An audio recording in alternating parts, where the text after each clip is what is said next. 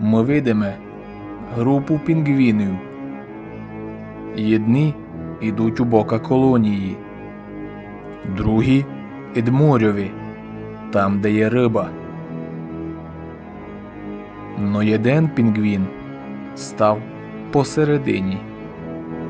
Сись не піде ні у колонію, ні Едморьові. По куртій паузі пінгвін рушив у гори. 70 кілометрів від міста, на котрому стояв.